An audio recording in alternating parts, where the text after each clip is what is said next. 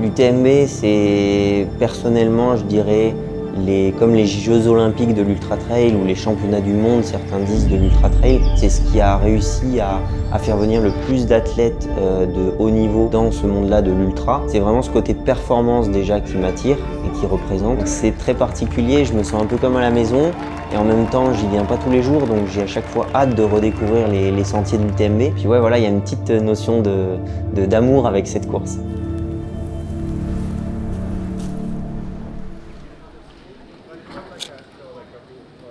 Quand on arrive à Chamonix en général, je donne mon téléphone à ma compagne, Justine, qui gère en fait quasi tout.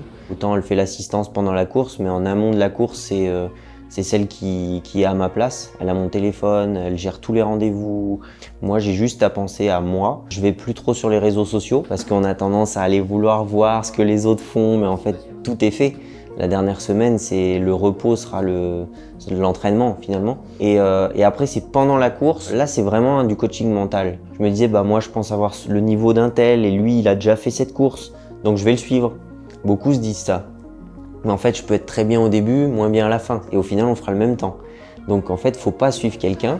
Ça, je l'ai appris. Et maintenant, en fait, le fait de savoir que j'ai fait une préparation comme je voulais, en fait, ce que mon coach il dit toujours, tu vas faire ce que tu sais faire. Et quand on se répète ça, la pression diminue beaucoup. Parce qu'au final, je ferai pas plus, mais pas moins. Donc je vais le faire et puis advienne que bois. Ça, c'est sûr que je n'oublierai pas, je vais la porter la nuit. Il faut savoir qu'elle est venue parce qu'elle a entendu le bruit de la veste d'Arthur. Un sac. Commence par un sac. Ouais, c'est bon. Je prendrai soit le blanc, soit le noir, mais on va dire blanc. La bande élastique, le bonnet, le collant. Tu vois, tout est dans ce petit sachet. Il faut que tu aies un sac plastique déjà comme ça, plus neuf. Plus grand.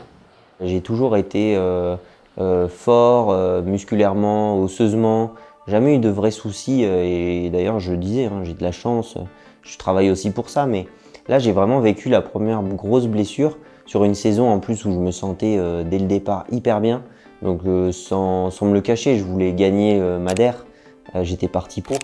Mais en fait là on se voit vulnérable et là je me disais va falloir vraiment bosser pour que ça revienne et je ne savais pas si ça allait revenir à 100%. Je suis allé chez le kiné 4 jours avant d'arriver à Chamonix. On a refait les tests de force et de proprioception. Je suis plus fort à droite qu'à gauche, ce qui est fou. Donc je l'ai vécu et preuve en est qu'on peut revenir plus fort finalement du côté blessé. Mais tu vois, j'ai la chance, par exemple, que ce soit Romain qui soit à Cham et qui me masse. Il me masse toute l'année. Donc en fait, je change pas mes habitudes. Il connaît quand même mon corps. Maintenant, par exemple, je sais que à J+1, après ces massages, mon corps il réagit quand même beaucoup. En bien, mais il est fatigué. Et à J+2, je pète le feu. Est-ce que je vais être une pierre édifice plutôt positive ou est-ce que je vais faire ressentir toute la fatigue? Est-ce que j'ai de la bonne stratégie de massage, quoi? Et ça, c'est quand même une chance de pouvoir avoir un peu comme si tu avais une équipe, tu vois, qui est la même sur les courses.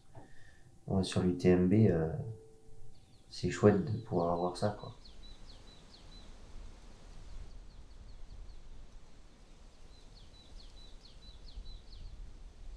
Tu vas porter quoi le jour de Moi, je vais porter du orange, la tenue athlète. C'est celle-là. Mais des paillettes dans ma vie. Ah, ça va être beau ça. En haut du col ferré, tu pourras envoyer des étoiles. Exactement. Les pouces, on oublie les pouces. On oublie les plus importants. On a peut-être une perception, en tout cas j'ai eu une perception de moi la première fois que j'ai fini la CCC, ça reste une des courses de l'UTMB, qui s'est valorisée quand même, parce qu'on voit très bien que on est bien placé, on a fini cette course qui est quand même prestigieuse, que l'entraînement paye. Donc je dirais que quand on est finisher, la perception de soi c'est assez facile qu'elle se renforce. Par contre c'est plus dur si on abandonne, que ce soit une blessure ou une fracture du mental. Parce que là, on va avoir tendance, et surtout en France, à dire que c'est un échec et c'est pas très bien vu. Enfin, on nous dit, voilà, t'as été faible. Maintenant, moi, je sais que ça l'augmente quand même. Bon nombre de sportifs qui l'ont dit, mais il faut aussi apprendre de ces échecs et c'est pour réussir plus tard. C'est arrivé là, aujourd'hui, pour que ça n'arrive plus les autres fois, tu vas justement travailler là-dessus, tu vas être omnibulé par ça, et en fait, tu deviens plus fort. Donc ta perception de soi, elle augmente.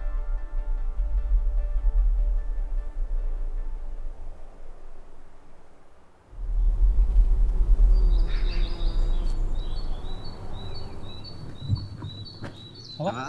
Oui, ça va bien. J'ai peut-être trop profité l'an dernier. Bon bah ok, mais tu fais l'UTMB pourquoi? C'est ton objectif principal. Ouais, pour donner tout ce que t'as, quoi. Faut aller au combat aussi, hein. Que les autres sont là pour t'aider, mais tu dois penser au combat. Au bout d'un moment, on est des guerriers, quoi.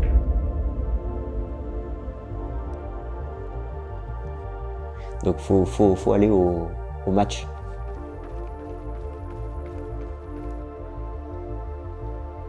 Sur la ligne de départ, c'est très difficile, je pense, de décrire ce qu'on vit. Mais moi, je connais bien le speaker, donc c'est un ami. Rien que d'entendre sa voix, les phrases qu'il a qui sont très impactantes. Savoir pourquoi on part aussi, quand, comme moi, on connaît le parcours et la densité, on sait dans quoi on va. Là, j'essaie quand même de laisser part à pourquoi je fais de l'ultra, c'est-à-dire le plaisir avant tout. Donc je prends quand même toutes les bonnes ondes et c'est un moment exceptionnel.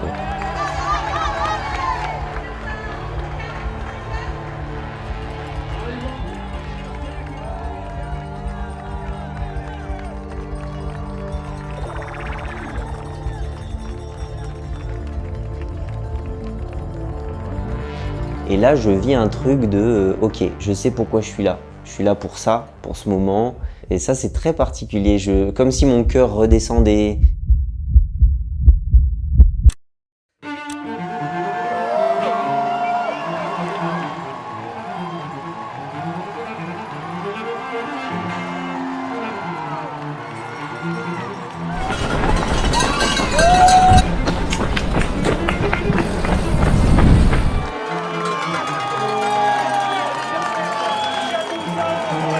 Le gros défi, je trouve, sur l'UTMB, c'est rester dans sa course. C'est d'arriver à rester dans sa propre bulle et au ressenti des efforts. Pourquoi je cours? Est-ce que c'est pour les autres? Est-ce que c'est pour moi? Si c'est pour moi, ce qui est le cas, en fait, la pression, c'est que moi qui vais me la mettre finalement. Donc autant ne pas me la mettre.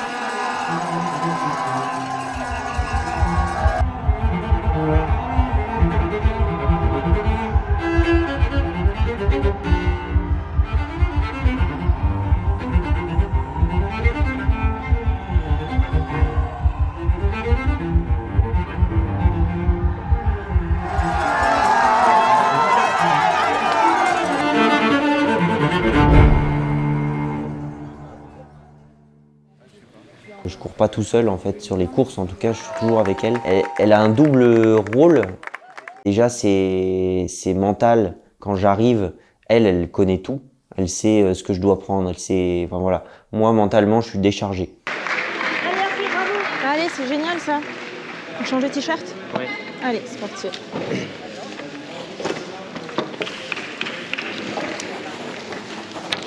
Bien amoché ou pas derrière? Ouais, t'es égratigné, ça va. Allez, tu vas remettre ton sac tout de suite ou pas? Non. Je sais ce que je vais faire. Ça va être un petit peu le moment en fait de la course où je peux à nouveau reprendre contact avec un humain, je vais dire, hein, ou avec un proche, et je vais pouvoir dire des choses. Et ça, parfois, ça m'a fait beaucoup de bien. C'est génial ce que tu fais. Tu penses à ce qu'on s'est dit. Focus. L'effet inverse, ça va être de parfois d'en dire trop, de vraiment s'étaler sur les choses, de dire, par exemple, je suis tombé, ah ouais, je suis tombé, mais alors, je me suis fait mal, hein, tu crois pas que...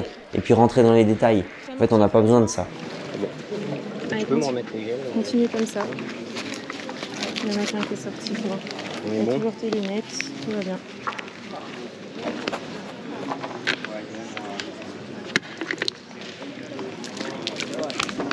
Allez, focus.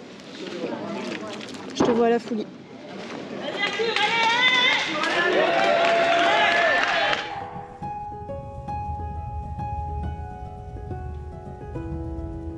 En fait, la montagne me suffit, j'aime bien ce calme, j'aime bien me sentir aussi tout petit et sentir qu'en fait, c'est la montagne qui décide dans tous les cas. Aujourd'hui, j'ai du mal à dire que c'est mon travail de courir. Je dis que c'est ma passion, donc ce serait ma meilleure amie, on peut dire, voilà, ma meilleure amie ou ma coéquipière d'entraînement. T'en as, ils font l'UTMB, mais ils voient pas le Mont Blanc. Le Grand Col Ferré, tu vois, c'est juste splendide. Et ça permet d'oublier la course un peu de temps en temps, c'est bien.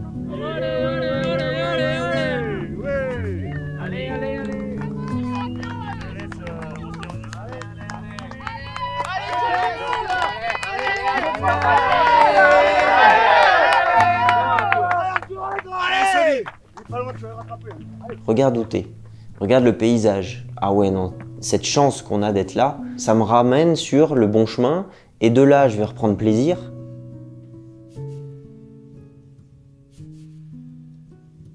Benjamin. Faut voir ça comme ça. Ouais, le troisième est pas loin. Ah mais là ils sont serrés. Hein. Bah oui.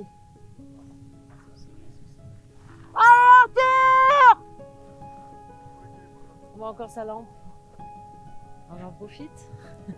On se ment pas trop à soi-même parce que après 15 heures en montagne, tout ressort, notre naturel ressort. Pourquoi? Parce qu'on est fatigué, parce qu'on a dû penser à qu'est-ce qu'on vaut et qu'est-ce qu'on est capable de faire réellement. Donc je pense que maintenant je me connais quand même beaucoup, comme je suis vraiment, mais les côtés bons comme mauvais, hein. Il y a des moments où on a envie d'abandonner et on se découvre faible. Il y a des moments où par contre on se découvre, moi je disais que j'étais pas compétiteur, et finalement en fait il n'y a personne à côté de nous. Je suis avec la montagne, je vais me surpasser et à la fin je me dis waouh, t'étais capable de ça, mais en fait tu te mets des barrières alors que toi tes limites sont là. Allez Arthur, donne tout. C'est un sport où à la fin on peut dire qu'on se connaît, on peut dire le qui je suis un peu plus naturellement.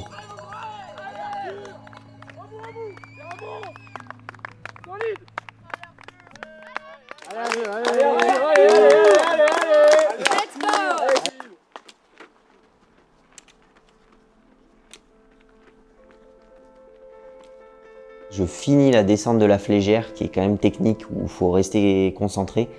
Quand j'arrive à la fin de cette descente, mais là, je me dis, mais il peut arriver n'importe quoi. En fait, je prends toutes les ondes positives des gens. Ça va être encore une fois un moment, mais pareil, les frissons, quoi.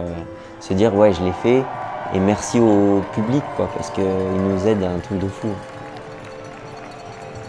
Quelle empreinte Je pense qu'il faut aussi quand même le plus souvent se dire je cours parce que j'aime ça.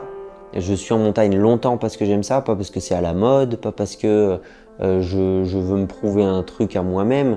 C'est profondément quoi, se dire j'en ai besoin. Moi je dis souvent à mon entourage, mais en fait si vous m'enlevez ça, je suis plus personne quoi. J'ai besoin pour vivre en fait, je suis pas tout seul. Il y a la montagne et moi.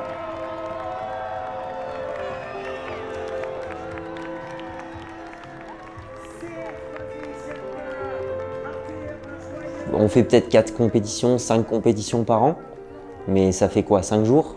Après, il y a 360 jours où on est à l'entraînement et on n'a pas de dossard, donc pourquoi on le fait?